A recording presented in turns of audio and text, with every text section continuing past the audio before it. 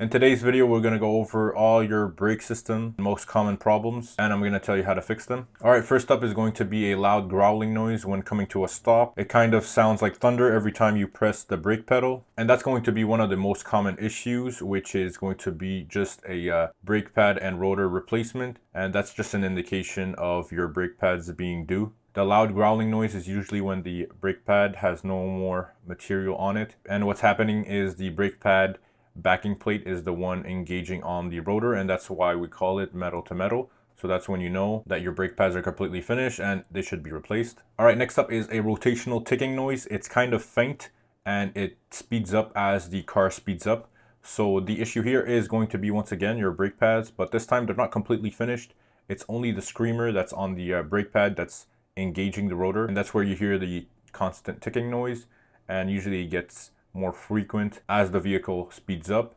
This one is a bit more rare because usually the brake pads make noise way before the screamer even touches it, and sometimes the screamer doesn't do its job most of the time. If it's slightly bent out of the way, then it won't engage the rotor and therefore it's going to be useless. But if you do end up hearing that rotational ticking noise, it's going to be the screamer, and then once again, replace your brake pads and rotors. Another noise you could have is a scratching noise that gets more intense as the vehicle speeds up. So most of the time it's like a metallic noise, and that's going to be caused by the backing plate that's behind the rotor. So you would have to check all four wheels and see where the noise is coming from. Usually the backing plate bends inwards towards the rotor, and then it makes contact with the rotor, and that's where you hear that loud scratching noise. And you're going to hear it echo, so that's why it sounds worse than it actually is. But it's only the backing plate touching the rotor, and that's where the noise is coming from. So all you have to do is just bend it back into place.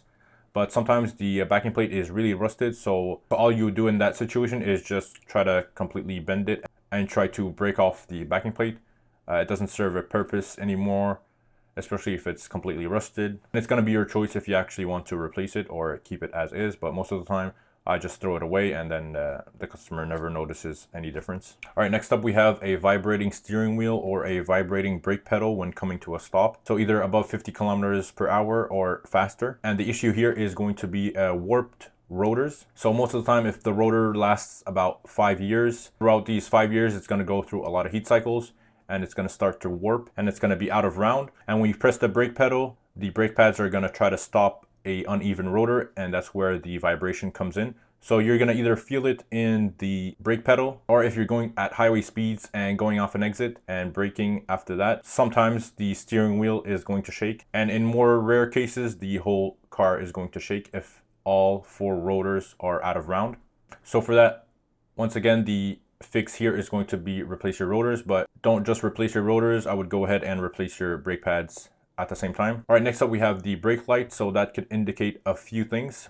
So either low on fluid or you have a fluid leak, but also the fluid level sensor helps to indicate the condition of the brake pads. So just because the light came on doesn't mean that you have a leak or you're missing fluid. It just means that the caliper pistons are completely pushed out, and the space behind the caliper piston is getting bigger, and that's where the fluid is going to accumulate. So if all four pistons are pushed out, that means your brake pads are getting thin, and that's when the fluid is going to move from the reservoir to all four pistons, and it's going to occupy a lot more space, and that could trigger your low brake fluid light. The brake light can also trigger when there's an issue with the handbrake. So if you release your handbrake and the light on the dash is still engaged, and that could indicate an issue with the wiring with the handbrake. The brake light could also come on if you have electronic parking brakes in the rear and it detects a fault in one of the motors. So if you're replacing rear brake pads and you make a mistake when retracting the electronic parking brake calipers, then that light could trigger,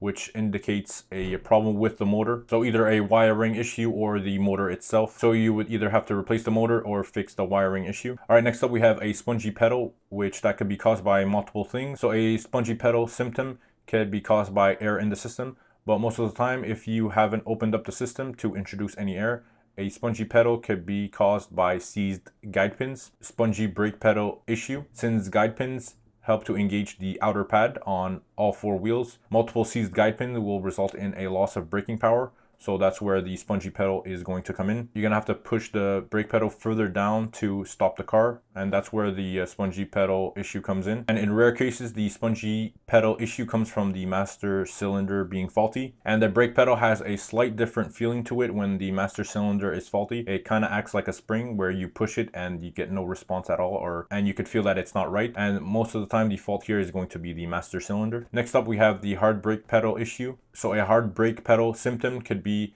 an indication of a faulty brake booster vacuum line. So first up, I would suggest to check the vacuum line because that's the easiest to get to. So if it's cracked or it got undone, then you won't draw vacuum from the engine, and that won't help engage your brake booster. So that's when you'll get a hard brake pedal issue. And sometimes in rare cases, a hard brake pedal can be caused by seized calipers. So if you have multiple seized calipers and go for a stop, the brake pedal is gonna feel really hard since the fluid is not pushing the caliper pistons, which are seized. And in that moment, you could actually feel the pedal getting hard. All right, next up is not being able to go into drive or reverse. So when you put it in drive or reverse, the car is not moving. I had that issue once with a Nissan Sentra, and all the issue is the handbrake cable was stuck on one side. So it was holding the wheel, and that's why it was causing the car not to go in reverse or in drive. At first, I thought it was a transmission issue, but when you press the gas pedal, and the car would actually move in reverse or drive if you force it. All right, that issue could cause a lot of concern since you would think that the transmission is going bad, but all it is a handbrake cable that's being stuck. All you would have to do is raise the rear of the vehicle with the handbrake disengaged and try to spin both rear wheels. And usually the one that's harder to spin is going to be the one with a faulty handbrake cable. So what you would do in that situation to get it fixed is just replace the handbrake cable. All right, next up is a handbrake that doesn't hold. So this is especially important on manual cars since you rely a lot on the handbrake when parking, either on a hill or on an incline. So if the handbrake doesn't hold, usually the indication here is going to be the shoes being worn out, the handbrake shoes. But if you have the handbrake mechanism integrated into the rear calipers, so that could be an indication of the rear caliper being bad. But most of the time it's going to be worn out brake shoes. I've seen that many times. So all you would have to do is replace the brake shoes and all the hardware with it. All right, lastly, we have smoke coming from one of your wheels. So smoke coming from one of your wheels indicates a seized caliper that's causing the brake pads and rotors to get really hot and therefore creating some smoke. Smoke can also be coming from your wheels from a faulty or a seized brake hose. So a hose that collapsed internally will cause your wheels to get really hot since it's going to act like a check valve where the fluid is only going to be pushed in one direction and won't be able to retract. And the issue here could be also caused by a kinked hard line. So if you've replaced the brake hose, which usually goes bad since it collapses internally, and if you're still getting the same problem, I would also suggest to look at all the hard lines as well. So at that moment, you would have to replace that hard line. I would suggest to go to any parts store and they would have pre-made brake lines that you could replace. So you don't need the special tools to make your own brake lines and the flaring tool as well. So if you have that issue, just measure out the hard line that you're going to replace with the exact size fittings, and then you could go ahead and buy the exact one. All right guys, that's going to be it for this video. Hope you find it helpful. Hope you find it valuable. Make sure you like, comment, and subscribe for more videos like these. If you have any comments or questions, leave them in the comments below. See you guys in the next one. Peace.